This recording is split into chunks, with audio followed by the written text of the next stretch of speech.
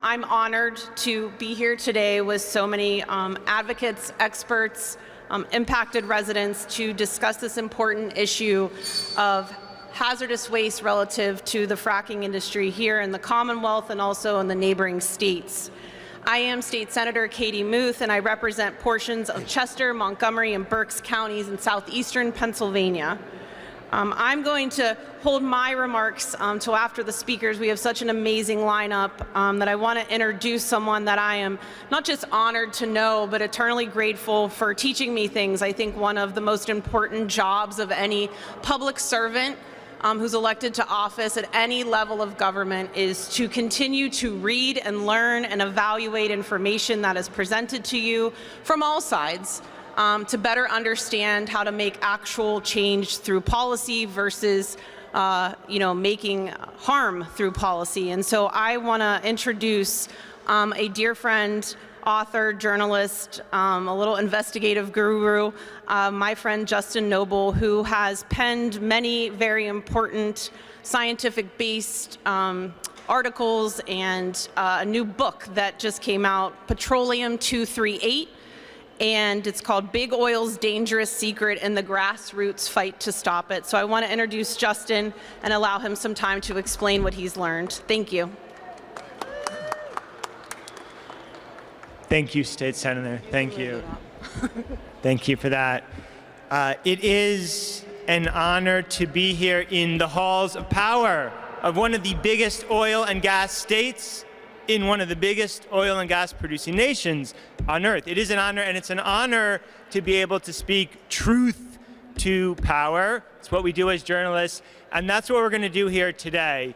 And really, speaking to all of you, but we are speaking to the power, and that is to the people who have set the rules and regulations for this state's oil and gas development. Their greed and their ignorance has enabled a radiological disaster. And this is the most concerning thing, and we actually have a living example of this here today. They have contaminated the environment, they have contaminated Pennsylvania communities, but they have contaminated their own workers. No one has been more duped and more deceived than the oil and gas industry's own workers. And they have this image, maybe, I don't know, of oil and gas is very simple. There's like this Marlboro man, on a horse, and there's a pump jack. This industry is very complicated, and the state never appreciated the complexity. So we're going to lay out some truths. We're going to start in 1904. This is the first documentation of radioactivity in oil and gas. 1904, it was done by a graduate student. It could be done by a middle school student today. 1904. We're going to go forward to 1960, the U.S. Geological Survey, doing research for the Atomic Energy Commission. They are studying black shales. The Marcellus, which is the formation being tapped here in Pennsylvania, is a black shale. 1960, the U.S. Geological Survey is assessing black shales, not for oil, but for uranium. And they actually consider, and this is a quote, the oil a possibly important byproduct. We're going to go forward, and this is a stunning paper that has come out of lawsuits in Louisiana. I'm going to read the title first, An Analysis of the Impact of the Regulation of Radionuclides as a Hazardous Air Pollutant on the Petroleum Industry. That's not Earth Justice. That's not Food and Water Watch. That's none other than the American Petroleum Institute, and it's actually their Department of Medicine and Biology. I didn't know they had one, but at least they did at that time. We're going to go forward to 1993. Oil field radioactive contamination. They call it NORM, naturally occurring radioactive materials. Contamination in the Petroleum Institute. This is Society of Petroleum Engineers, one of the most reputable scientific trade groups in the industry, and they're laying out truths here in the Journal of Petroleum Technology. But I think the most significant thing for Pennsylvania actually came from the state itself. And I just want to read this one quote, because the point here is this state had knowledge, and these people in this building had knowledge. By running a special type of Geiger counter down a drill hole, they were able to locate the most fuel-rich parts of the Marcellus Shale Formation. The best spots to look for gas, says a report on the Marcellus published in 2008 by the Pennsylvania Geological Survey, is not necessarily where the shale is thickest, but where levels returned by the Geiger counter are highest. To put it simply, this report states radioactivity, and this is in caps, radioactivity equals organic richness equals gas. This is a state report. I'm going to give a very quick introduction to what oil field waste really is. We think of a well, we think of the oil and gas, these products that are used by virtually all of us. We think of climate change and emission. There is a lot more that comes to the surface at an oil and gas well than just the oil and gas. Across the U.S., 3 billion gallons of oil field wastewater a day. The industry has given this a very innocent sounding name, brine, or produced water. That's 1 trillion gallons a year across the country. If you were to take that waste stream and put it into your standard oil barrel, which is about waist high, stack them atop one another, they would go to the moon, and back almost 28 times. The industry, the oil and gas industry, has never had a good idea on what to do with this waste. We can go back to day one, which was in Pennsylvania, 1859. Titusville oil field wastewater, brine, was just dumped in pits right alongside the well, in ditches, in fields, in streams. Now what we rely on is a system called injection wells. And I know injection wells have become a hot topic in Pennsylvania. This is where wastewater is injected deep into the earth. In this reporting, I was led to documents of the industry, of government, going back 50 years, where they discussed injection wells. And I'm just going to read this quickly, because this is incredibly important. What does our own EPA think about injection? So we're going back. Right now, the underground injection is a formal EPA program, and here we have one of the early leaders of the EPA. In October 1970, David Dominic, Commissioner of the Federal Water Quality Administration, which in 2 months would become part of the brand new EPA, warned that injection was a short-term fix to be used with caution and only until better methods of disposal are developed. When EPA laid out its proposed policy on injection wells in 1974, they echo these concerns. Deep well injection should be a temporary means of disposal. Should a more environmentally acceptable means of disposal become available, change to such technology would be required. There is no scientific basis for the process of injecting toxic oil field wastewater below the ground, and that is laid out in detail in a conference that occurred in 1971 in Houston, Texas, by the oil and gas industry's own representatives. But the industry is in a fix here because they are stuck with this massive volume of waste. They've been granted regulatory immunity, so they do not have to appropriately deal with it. So what do? They try and spread it on roads. Anyone you talk to, by the way, outside the US, you tell them that oil field wastewater with a high radioactive signature is being spread on public roads, they think this is deranged. And I just want to quickly say, well, what is radioactivity? What is so concerning about oil field brine? So radium is a really interesting radioactive element. We know about radium from the Radium Girls, a famous case of industrial occupational exposure. Women were painting hands and dials of clocks. The paint was radioactive, and it was radium that gave it that radioactive charge, and they accidentally ingested little drops over time. They developed horrendous bone cancers, and many of them died or suffered extremely. Radium has a limit. EPA drinking water limit for radium, 5 picocuries per liter. You just have to remember the 5 Curie, though, of course, coming from the great Marie Curie, but 5 picocuries per limit. That is the drinking water limit for radium, set by the EPA. At 60 picocuries per liter, EPA defines a liquid waste stream as radioactive. Pennsylvania State's own data from the Pennsylvania Department of Environmental Protection lays out that the average radium levels in Marcellus brine, 9,330. Again, 5 drinking water, 60 something's radioactive, 9,330, and it can be as high as 28,500. Now, the problem here is this waste stream has been granted an extraordinary exemption. It doesn't matter how radioactive it could be as radioactive as the Chernobyl disaster. It would still be considered non-hazardous under U.S. law. And you're about to learn what happens when a human being, an oil field worker, gets into contact with waste that has been declared to be non-hazardous, but of course by the laws of science, it is not really non-hazardous. And I just want to really read one more passage here before I introduce Sean Guthrie, and it is really my great honor, and I'm so pleased to be able to bring a worker. Again, these jobs are not the jobs that have been sold to this state. They're not the jobs that have been sold to these communities. Okay, when you have brine, and again, think of this copious waste stream, 3 billion gallons a day across the country. Go to any Pennsylvania wellhead, there's brine tanks. You've got a cup of coffee, it's very silty, a sludge accumulates on the bottom. Brine is a lot of sediment, and there will be a sludge that accumulates on the bottom of any brine tank, any brine truck. Mind you, by the way, we just defined that brine is enough radium to be considered liquid radioactive waste by EPA, but there's no radioactivity placards on these trucks, and nor are they on these tanks. And that sludge will end up being dealt with by a human worker who often is entirely unprotected and entirely uninformed. And I'm just going to read a passage from Sean from the book, and then, again, my honor to introduce Sean.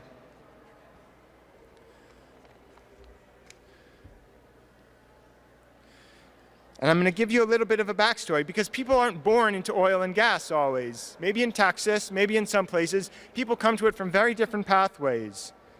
And this is Sean speaking. I had been working in a state prison 12 years as a contract employee, and they lost the contract.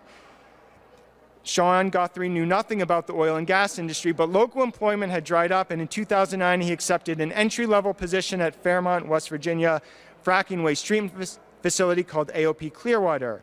The year after he took the job, the plant shuttered, and in 2013 it reopened as Fairmont Brine under the ownership of a Pennsylvania firm called Venture Engineering and Construction, and Guthrie signed on. And this is a very important quote: "I felt good about the job and thought we were doing something beneficial for the environment." And this is a story that I've been told time and again. Workers working in the oil field waste sector have been told that they are helping solve America's energy needs by cleaning up the waste. But they're not told other important things. Sean was promoted to manager, but by 2017, the company was having trouble paying debts, and the following spring, Fairmont Brine was shuttered. 2 co-workers are now dead from cancer, stomach and brain, and Guthrie suffers a range of health issues that have sidelined him from manual labor jobs, led him to sell his possessions to pay expenses, and left him wondering if he has unknowingly clipped his own life short. Again, quoting Sean, "I would like to see some accountability." And we'll learn in just a moment what the radioactivity levels actually were on that site. Happened to visit it with some really fine folks here, and we found a site more deeply contaminated. Parts of it were more deeply contaminated than 99% of the Chernobyl exclusion zone. And yet it had become a high school party spot, and yet workers like Sean were working entirely uninformed and unprotected, and often without even simple things like a face mask, which would prevent dust inhalation. I'm going to really, with great honor, hand it over to Sean now. Thank you so much for coming here, Sean. Thank you. Jumping into this field, I've been through 2 ownerships of that. A little louder, just to echo. All right. Jumping into this field, I went through 2 different ownerships of the plant. Everybody had good intentions. You know, everything does come down to financial stability. That's one thing we lacked a lot. And unfortunately, both experiences there were more of a result of what not to do than what to do. It wasn't until everything was shuttered and months, even maybe a couple years after, that we found out really what we were exposed to. A lot of it was made light of, you know, it's not that bad, we're not going to cycle up that much. Now I know at least 2 of my former co-workers have passed away from cancer. As he said, I've got a range of health issues that I've been battling ever since. So what I'd like to see come of this is just some accountability and a little more protection for those in the future. And secondly, the environment that they left behind. You know, the plant wasn't decommissioned. it was just shuttered. Everybody just walked away from it, left it. The impoundments overflowed for years. Different sumps overflowed. So now I believe it's become a Superfund site. So I don't know. I think it's going to be more of a learning experience of what not to do in the future.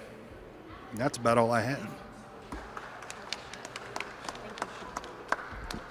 Thank you, Sean. I just want to mention that Sean is the third worker, the former worker of this industry that has come to the Capitol to share their story, and the level of community backlash that can occur, and just being brave enough to come here and tell your story so that hopefully it prevents future harm to others is incredibly commendable. So I just want to thank you again.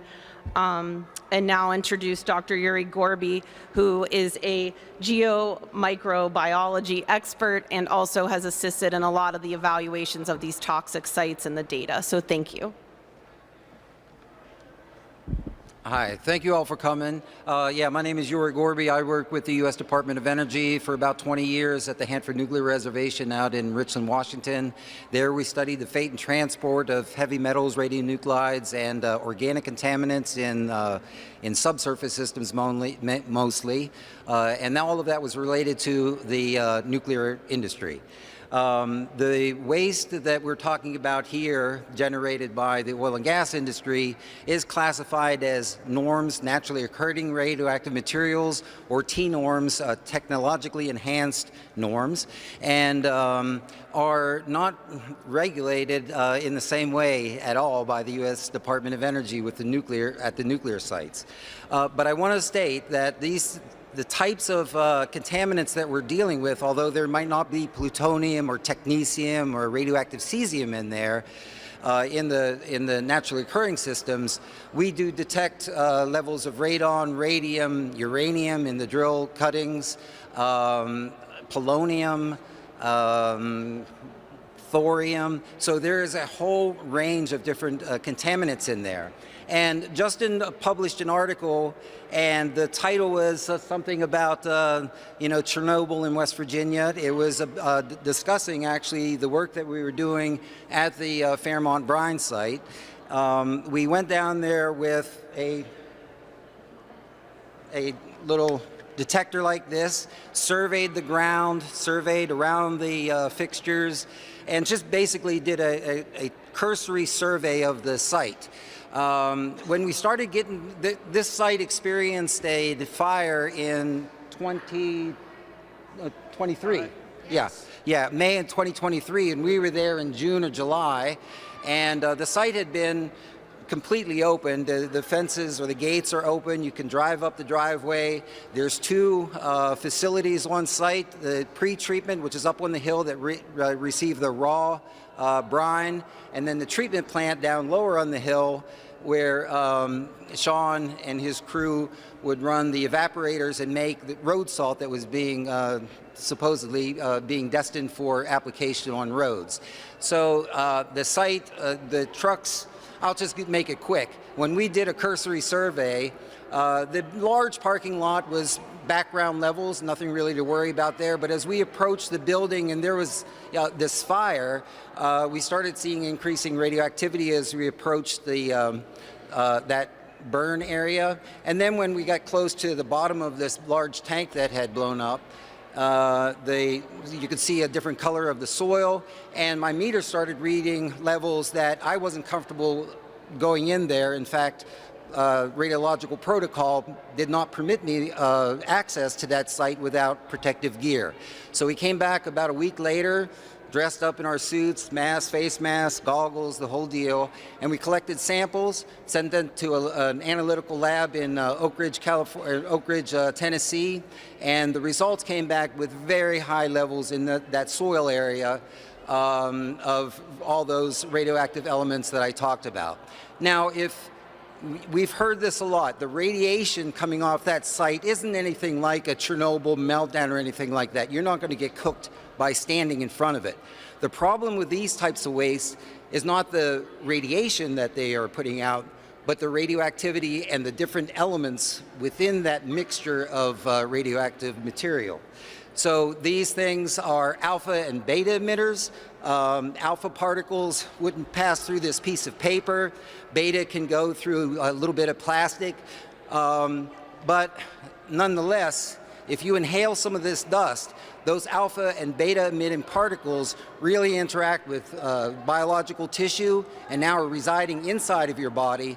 So that is the real problem. Anywhere that this material has been manipulated, transported, spread on roads, the dust particles from that represent really a bad source of radioactive materials entering your body when you breathe these. So the workers are, of course, the people that are at the highest threat of exposure, and it's been mostly workers coming forward to us that bringing us information about the site that they worked on with questions like, why do I have these rashes? Why are my teeth falling out? These are actual, friends of mine have died from this. A friend of mine, Randy Moyer, he was from Portage. He was a truck driver, drove this stuff around for about 4 months, got some of it down into his boot, and that put him out. I mean, absolutely, he could not work anymore. He lost all his teeth. He had, a whole series of health problems. Within 4 years after that exposure, he passed away. So what I have here is a little demonstration of some of the boots from a worker down in Martins Ferry, Ohio, at the Austin Masters waste processing facility there. They drive in large truckloads, dump them onto a floor, put them into a big hopper and a press and squeeze out some of the liquids, throw that material into a shredder, and then package these up, put them onto train cars inside the facility, and then the train cars leave for Utah or Texas for disposal. Now, as they're leaving that plant, there is fluids flowing out of that system. Actually, right now, the Attorney General of Ohio has shut that place down because of the tonnage of the material outside the, like stacked up in the plant now is above their permitted allowable limit, and actually the company is now dissolving, and Martins Ferry is stuck with this problem. These boots that I have here in this little box are from one of the workers in that plant that experienced tooth loss and came forward. He brought his protective gear, which is basically boots like that and some overalls. And I'm not going to open them inside because, again, the dust, if it's released into the air, that's something that would add to your challenge to your lungs if you're breathing those particles in. But those boots registered about 10 times over background in the area.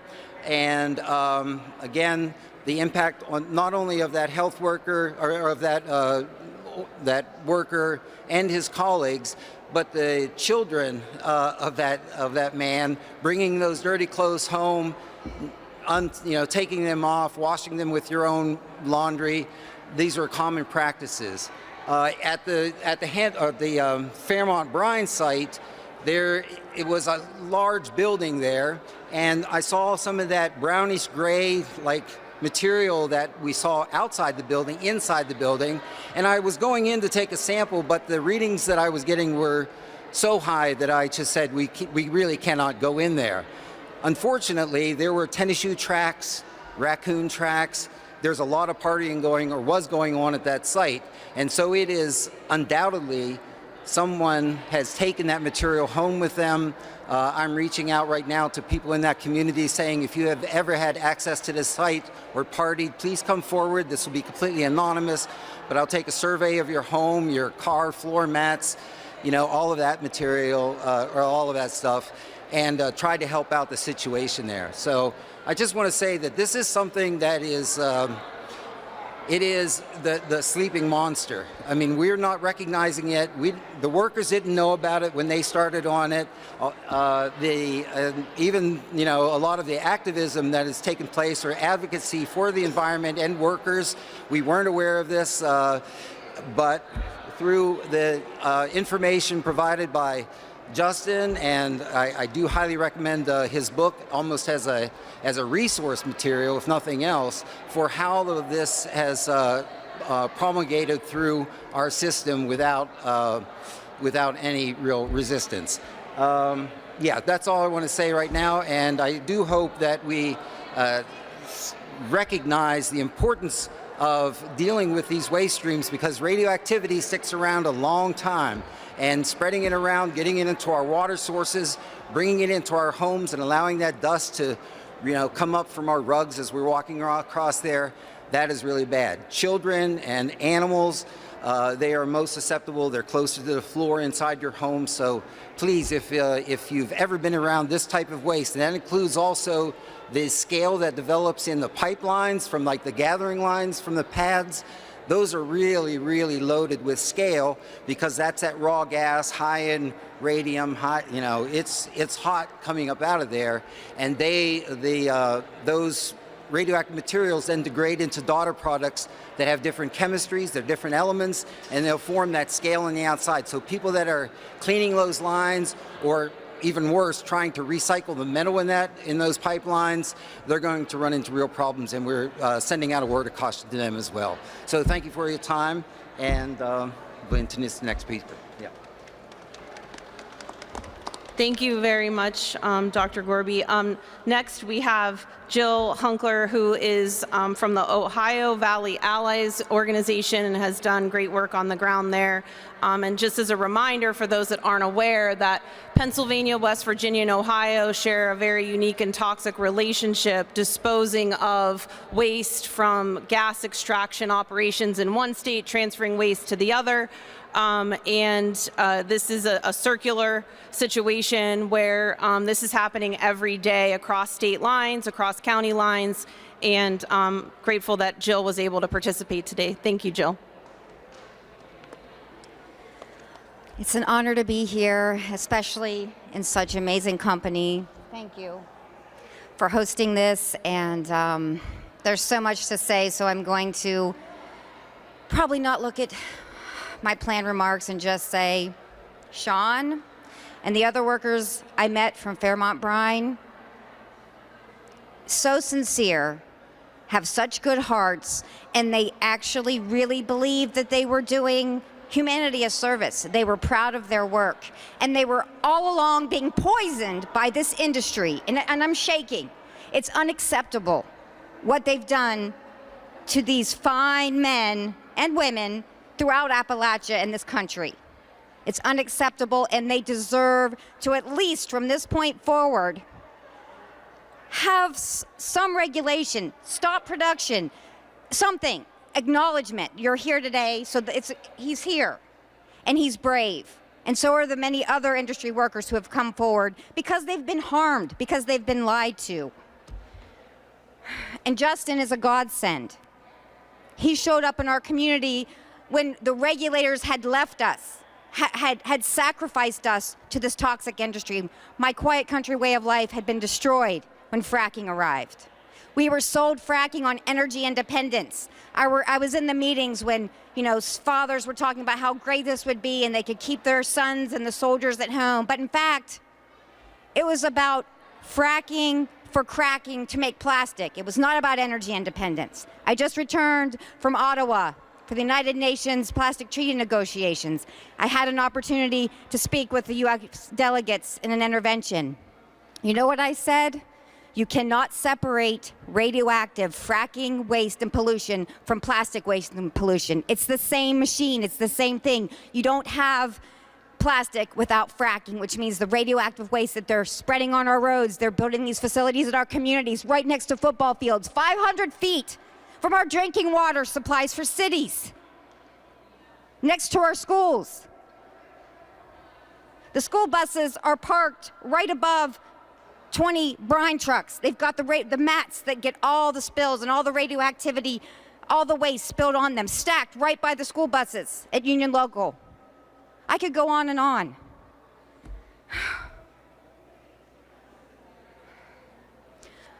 I have hope, and I have trust and faith in humanity based on the folks standing behind me here, based on the amazing advocates and superheroes that were there advocating for our rights in Ottawa and making the connection between plastic and fracking.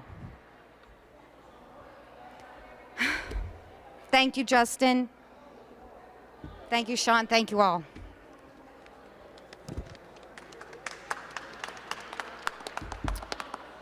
And last but certainly not least, I want to introduce a friend, brilliant brain, someone a rare find in the sea of people in this world. And I want to say thank you to Megan McDonough, who not only is the Pennsylvania Director of Food and Water Watch, but she also lives in Ground Zero and is fighting her own personal family fight to try to protect themselves from the harms of this industry. So thank you, Megan, for joining us. And I also want to mention that Representative Rabb is also the other elected official here, and say thank you very much for having the courage to show up. Megan. All right, wow. My name is Megan McDonough, and I am the Pennsylvania Director for Food and Water Watch. Today I stand here not just as a concerned citizen, but as a mother who is filled with rage and sorrow for the countless families. I will do that. I will do that. All right, I got you now. Sorrow for the countless families torn apart by the insidious practice of fracking and the reckless disposal of fracking waste that Mr. Nobel has been brave enough to call out. For far too long, we have been fed lies and empty promises by those who profit from our suffering. The fracking industry, built on a foundation of greed and deception, has wreaked havoc on our communities, leaving behind a trail of destruction that cannot be ignored. Pennsylvanians were promised prosperity and economic growth, but what we got instead was a landscape scarred by drilling rigs and poisoned waterways. We were told that fracking would bring jobs and opportunity, but what we got instead was broken promises and shattered dreams. As a mother, it fills me with rage to see the health and safety of our children sacrificed at the altar of corporate greed. We were assured that fracking was safe, that it posed no threat to our families, but the truth is far more sinister than that. Our own state health department released study results citing that children living near fracking sites are at an increased risk of rare childhood cancers. And those of us living in these communities have been watching children falling ill with a multitude of health impacts for years now. Their young bodies ravaged by toxins that never should have been unleashed upon them in the first place. My own being one of them. And what about the workers like Sean? Risking their lives day in and day out to line the pockets of their corporate masters. They are treated as expendable, disposable, their safety and well-being of little concern to those who profit from their labor. They are forgotten casualties of this endless pursuit of profit, their sacrifices swept under the rug in the name of so-called economic growth. Before coming here today, I had prepared remarks just to educate folks in this room about the health impacts that we've seen in our communities. Everything from rare illnesses that were discussed in the grand jury report that have yet to be addressed, by the way, to the alarming increase in childhood cancer rates in Southwest Pennsylvania that has now been dubbed the Southwest Pennsylvania Childhood Cancer Crisis. Allow me to say it again, childhood cancer crisis. This is not new information. This is not breaking news. We know these things, and we have known them for years. But yet we still sit here in this building today while our lawmakers have decided to put forward a bill today that will fast-track even more of this. Politicians that, as no surprise, enjoy campaign contributions from this industry and turn a blind eye to the devastation left in its wake, no matter the cost to those of us not in a seat of power. And make no mistake that this is no coincidence. There is no question that they are afraid of the truth being told here today and are desperate to hold on to their profits. So how? How did we get here? Let me tell you. This happened because for far too long, the voices of those impacted by this industry have been silenced by greed, by corruption, and most of all by indifference. But I refuse to stand idly by while our communities are ravaged by illness and environmental destruction. I refuse to accept that our children must pay the price for the greed of a few. It is time for us to rise up, to raise our voices in anger and defiance, and to demand justice for all who have been harmed by the horrors of fracking. And I thank Senator Muth for being courageous enough to use her position of power to call this what it is. Sadly, I have been in this building more times than I should to say the same things over and over again. It is more clear to me today than it ever has been that we cannot rely on the politicians who have been bought and paid for by the industry to protect us. We cannot trust the corporate interests who see us as nothing more than collateral damage in their quest for profit. We must take matters into our own hands, and we must hold those responsible accountable for their crimes against us all. So I urge anyone here from the press to join us in this fight. I urge you to envision the stories waiting to be told, the stories of families torn apart by illness, of communities poisoned, and of workers risking their lives, all in the name of profit. These are not just tales of tragedy. They are urgent calls to action that demand our attention and our advocacy.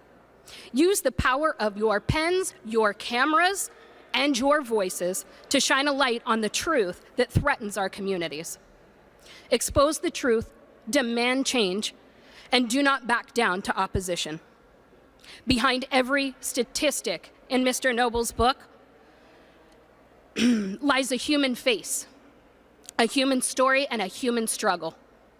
It is our duty to amplify these voices, to expose the injustices perpetrated by the fracking industry, and to hold those responsible accountable.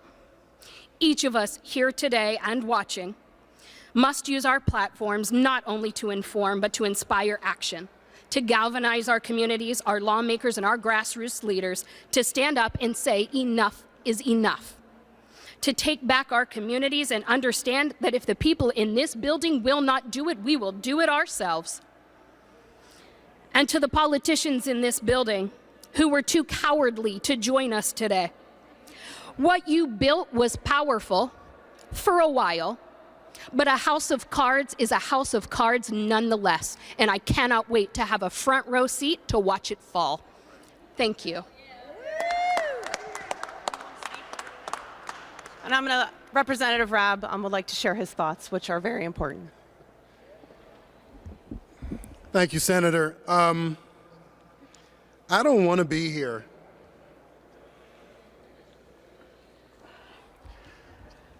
I drafted a condolence resolution for your friend, Randy Moyer.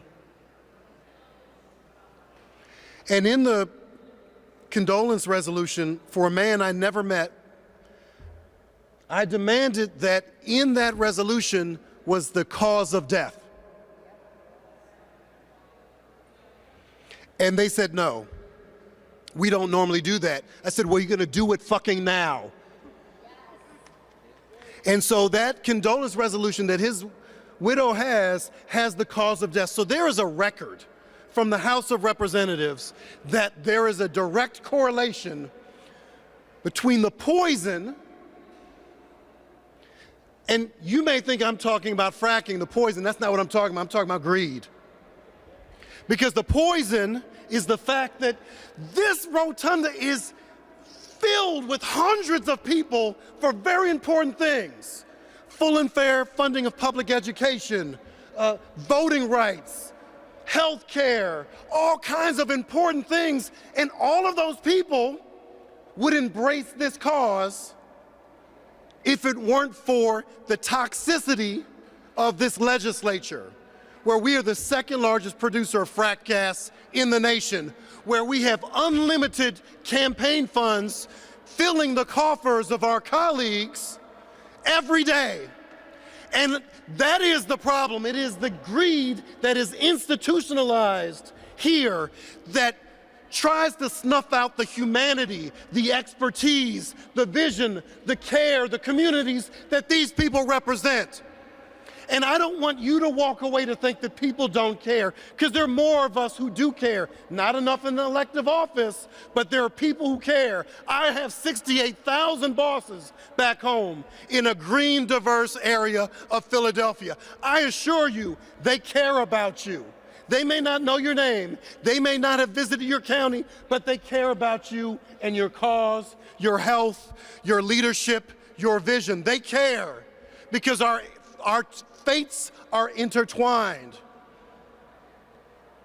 You all are brave. You're brave and you're not alone.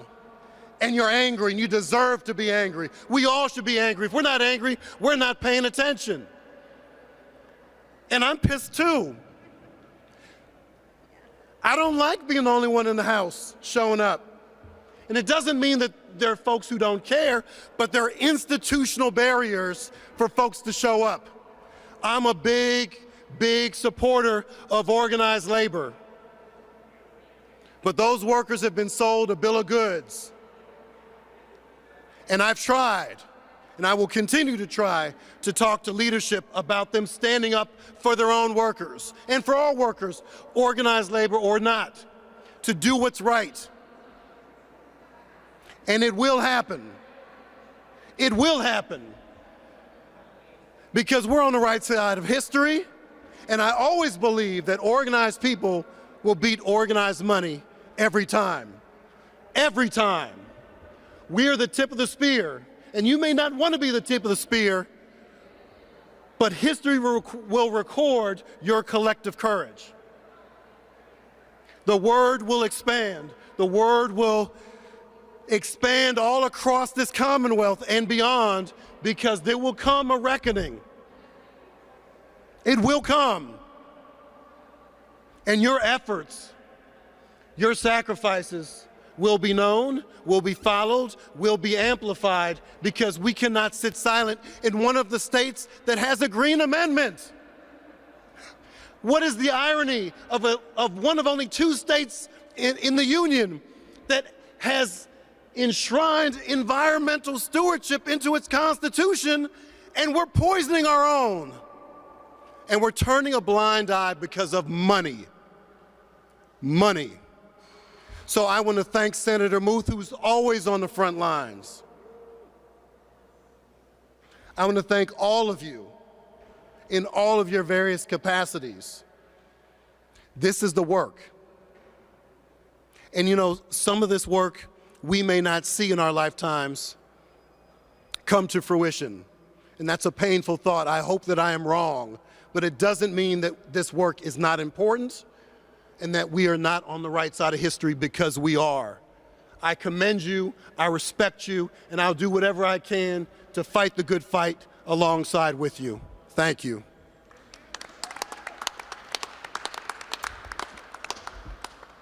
Thank you very much, Representative Rabb. And I want to just shout out to some of the organizations, especially Physicians for Social Responsibility group in Pennsylvania, that have not just helped with today's event, but really putting boots on the ground to get Pennsylvania-based data to show this harm and to make that data publicly available. And I think Representative Rabb really hit the nail on the head in that not enough people know about these issues, and that is by design. It is very difficult to get any data that is available, which from a standpoint of toxic levels of radium and other harmful constituents found in the oil and gas cradle to grave process, the data is there, it's just not always accessible to the public.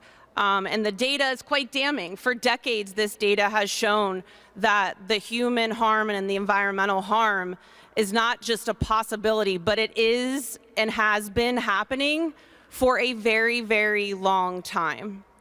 And as a lifelong Pennsylvanian who's now elected to serve in the state Senate, I admit that my knowledge on this toxic habit that the state legislature has been addicted to was not something I was aware of. And every day on this job, I am learning something new, a new tentacle, a new barrier that's created, who's benefiting from this financially. And when it comes down to threatening the bottom line or the revenue or the quarterly reports, who benefits from this is some big rich people. And the people that are harmed are all across Pennsylvania. You might not live next to a frack pad, but every single centralized waste facility in the Commonwealth and landfill all can accept this toxic radioactive waste from the oil and gas industry. There is no facility that prohibits it.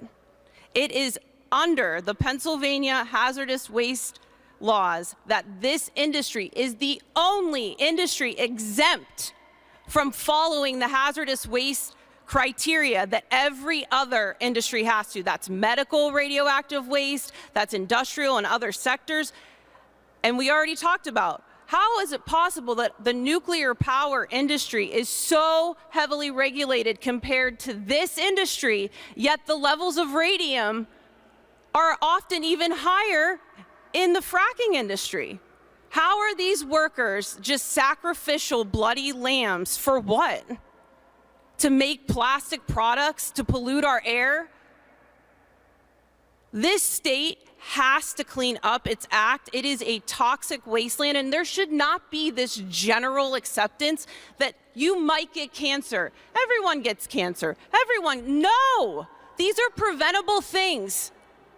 And the harms that these workers have endured are obscene and criminal.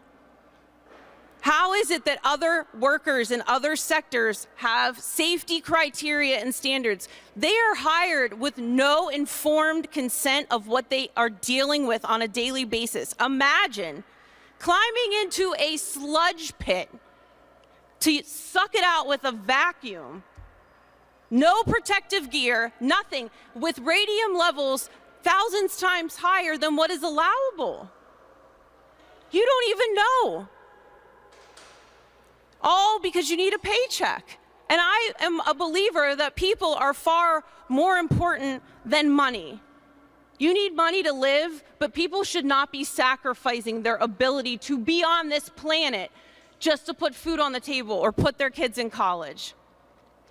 And so we're done. We are done being quiet about this. Every single person you know needs to hear about this, that Pennsylvania allows, and the federal government allows, this one industry to loot, pollute, contaminate, and poison us.